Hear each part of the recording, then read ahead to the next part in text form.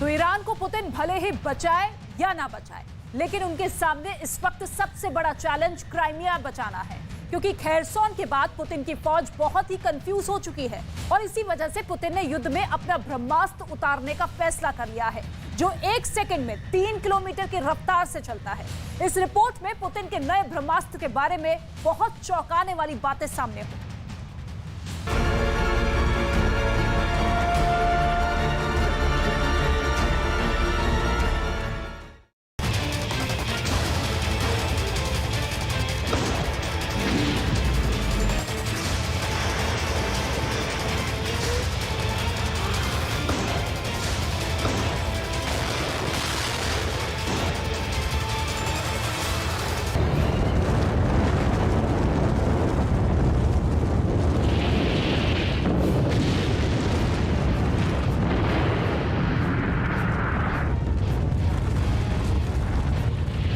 Ukraine जंग के दौरान रूस के राष्ट्रपति व्लादिमीर पुतिन को जोर का झटका भी जरा जोर से ही लगा है।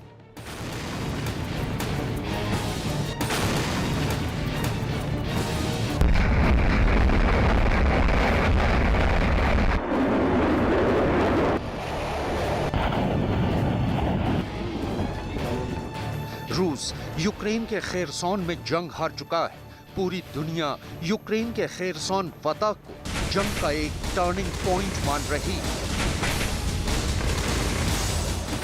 जाहिर सी बात है कि खेरसोन हारने के बाद रूस के राष्ट्रपति पुतिन गुस्से में है। यूक्रेन जंग के 9 महीनों के दौरान रूस यूक्रेन की फौज के खिलाफ परमाणु हथियारों को छोड़कर अपने हर खतरनाक हथियार को आजमा कर देख चुका है। बावजूद इसके रूस को अभी तक यूक्रेन में वो कामयाबी नहीं मिल पाई है जिसकी उम्मीद उसे थी।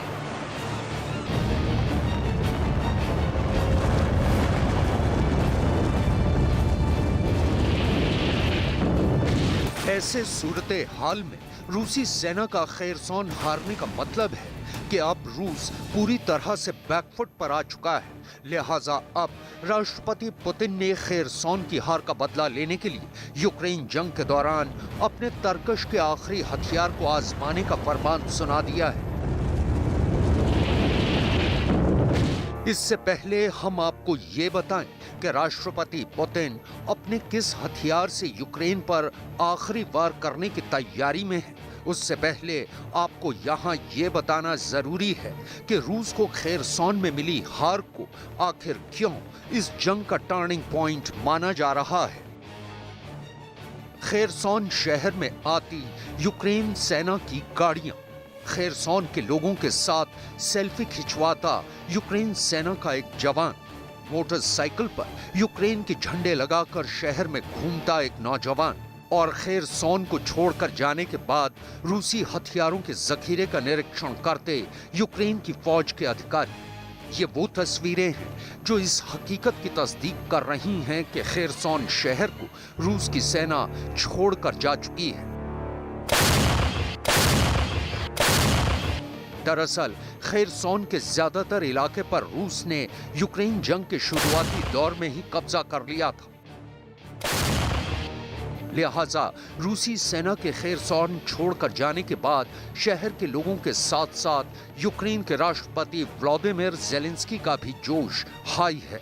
राष्ट्रपति ज़ेलेंस्की के मुताबिक खेरसोन शहर को छोड़ने से पहले रूसी फौज ने शहर में जगह जगह लैंड माइन्स और बूबी ट्रैप्स बिछा दिए हैं।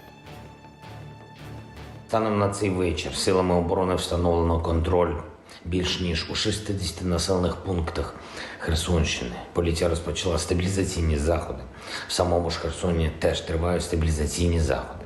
Всюди, на звільненій території, дуже багато роботи у наших вибухотехніків. Вже вилучено майже 2000 вибухонебезпечних предметів, мін, розтяжок, боєприпасів, які не розірвалися. Окупанти перед втечею з Херсону знищили всю критичну інфраструктуру. Зв'язок, постачання води, тепла, електрики. У рашистів всюди однакова мета – максимальне знущання з людей. Але все ми відновимо Повірте, хоч для цього потрібен і час, однак всім вже зрозуміло, результат буде наш. यूक्रेन के राष्ट्रपति जेलेंस्की ने खेरसॉन फतह के लिए यूक्रेन की फौज के हर एक जवान और अधिकारी का शुक्रिया अदा करते हुए कहा कि अब वो बहुत जल्द ही रूस के कब्जे से यूक्रेन के हर इलाके को आजाद करवाएंगे। Дякую вам, воїни, за вашу стійкість, за вашу хоробрість. І я приєднуюсь до подяк і бажань, які вже отримали від херсонців наші бійці 28-ї, 63-ї окремих механізованих бригад та 59-ї окремої мотопіхотної бригади, наші розвідники, наші бійці Сил спеціальних операцій, нацгвардійці. Молодці. Дякую всім за блискуче виконання завдань для звільнення Херсону. Буде так в Генічеську і в Мелітополі. Прийдемо і до всіх наших міст і сіл Донбасу. Обов'язково побачимо, як там в Криму українські сили зустрічатимуть з українськими прапорами, як і там зберігають, які там сотнями будуть на вулицях в день звільнення.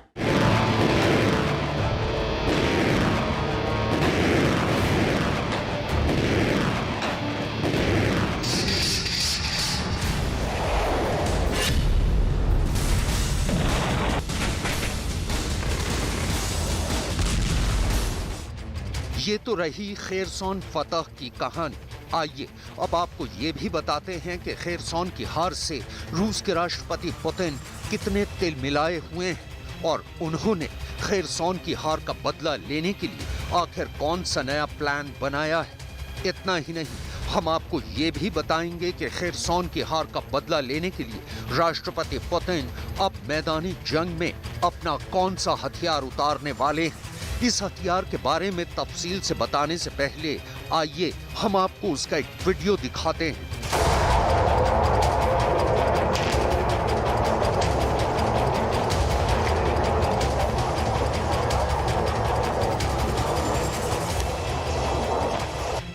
बेरेंट सागर की उफनती लहरों पर रूस की नौसेना का फ्रिगेट एडमिरल ग्रोशकॉव।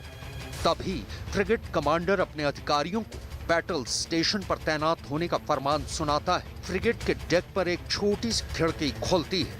कमांडर उल्टी गिनती शुरू कर देता है। उसके फायर के फरमान के साथ ही उसका एक अधिकारी एक लाल रंग का बटन दबा देता है और इसके बाद जहाज से आग उगलती और अपने टारगेट की तरफ बढ़ती एक मिसाइल नजर आती है। लेकिन चंद सेकंड्स में ही ये मिसाइल आंखों से ओझल हो जाती है। रूस के रक्षा मंत्रालय ने इस वीडियो को 28 मई 2022 को जारी किया था।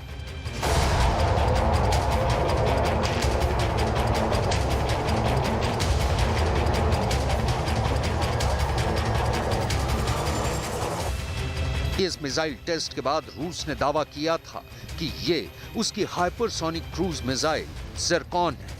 रूस का दावा है कि उसकी ज़िरकॉन हाइपरसोनिक मिसाइल 11,000 किलोमीटर प्रति घंटे से भी तेज गति से उड़ान भरते हुए 1,000 किलोमीटर दूर अपने किसी भी टारगेट को तबाह करने में सक्षम है। आइए अब आपको बताते हैं कि आखिर क्यों ज़िरकॉन मिसाइल यूक्रेन के लिए अच्छी खबर नहीं कही जा सकती है। दरअसल ब्रिटिश अखबार डेली मेल का दावा है कि रूस के राष्ट्रपति पुतिन ने अपनी इस नई हाइपरसोनिक मिसाइल को यूक्रेन जंग में उतारने का फैसला कर लिया है। इतना ही नहीं, उन्होंने हाइपरसोनिक ज़िरकॉन मिसाइल के उत्पादन को बढ़ाने का निर्देश भी सुना दिया है। इसका सीधा सा मतलब ये है कि अब रूस जंग में यूक्रेन के खिलाफ ज़िरकॉन मिसाइल का इस्तेमाल करने वाला है। आइए अब आपको बताते हैं कि ज़िरकॉन मिसाइल कितनी घातक है। ज़िरकॉन मिसाइल को 3M22 ज़िरकॉन भी कहा जाता है। ज़िरकॉन 1,000 किलोमीटर तक मार करने में सक्षम है। ज़िरकॉन आवाज की रफ्तार से 9 गुना तेज उड़ान भर सकती है। ज़िरकॉन एक सेकंड में 3.1 किलोमीटर की दूरी तय करती है और एक घंटे में 11,000 किलोमीटर तक पहुंच सकती है। रूस की नई हाइपरसोनिक मिसाइल ज़िरकॉन के बारे में यह दावा किया जाता है कि जैसे ही इसे लॉन्च किया जाता है, ये तेज रफ्तार से आसमान की तरफ भागती है और फिर कहां गायब हो जाती है पता नहीं चलता। यानी इसे ट्रैक कर पाना भी दुश्मन देश के लिए मुमकिन नहीं है। दरअसल ज़िरकॉन एक हाइपरसोनिक क्रूज मिसाइल है। ज़िरकॉन को पनडुब्बी, जंगी जहाज या जमीन पर लगे लॉन्चर से दागा जा सकता है। ज़िरकॉन मिसाइल 30 फीट लंबी है और इसकी अधिकतम रेंज 1500 किलोमीटर है। ज़िरकॉन 200 किलोटन तक के परमाणु हथियार ले जाने में सक्षम है। ज़िरकॉन में स्क्रैम जेट इंजन लगा है, जिसकी बदौलत ज़िरकॉन 28 किलोमीटर की ऊंचाई तक जा सकती है।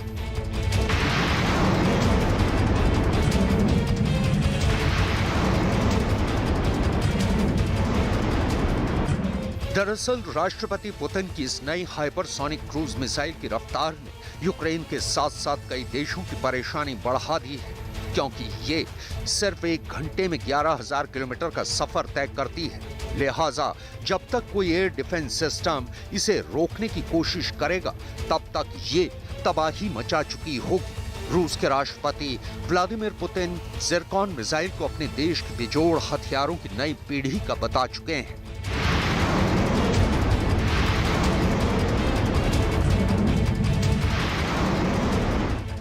रूस का दावा है कि ये हाइपरसोनिक मिसाइल ध्वनि की गति से 9 गुना तेज उड़ान भर सकती है और इसकी रफ्तार इतनी ज्यादा है कि ये दुश्मन की वायु रक्षा प्रणाली को अपनी मौजूदगी का एहसास तक नहीं होने देती। यानी इसकी लॉन्चिंग का पता मिसाइल के टारगेट को हिट करने के बाद ही चलेगा। इतना ही नहीं, ज़िरकॉन के बारे में ये भी दावा किया जाता है कि ये मिसाइल दुश्मन को चकमा देने के लिए अपने फ्लाइट पाथ यानी उड़ते हुए रास्ते को भी बदल सकती है।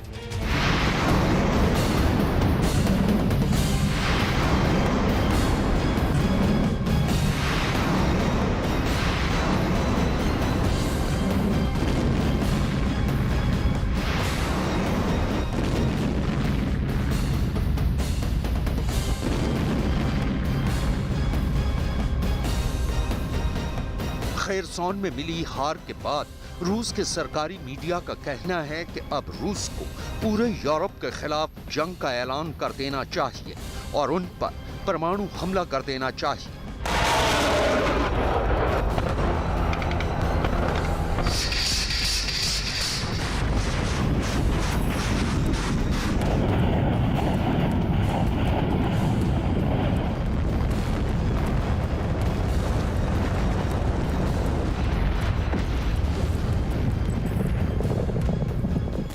और अगर ऐसा हुआ तो एक बात तो तय है कि यूक्रेन जंग को 3rd वर्ल्ड वॉर में तब्दील होते जरा भी वक्त नहीं लगेगा।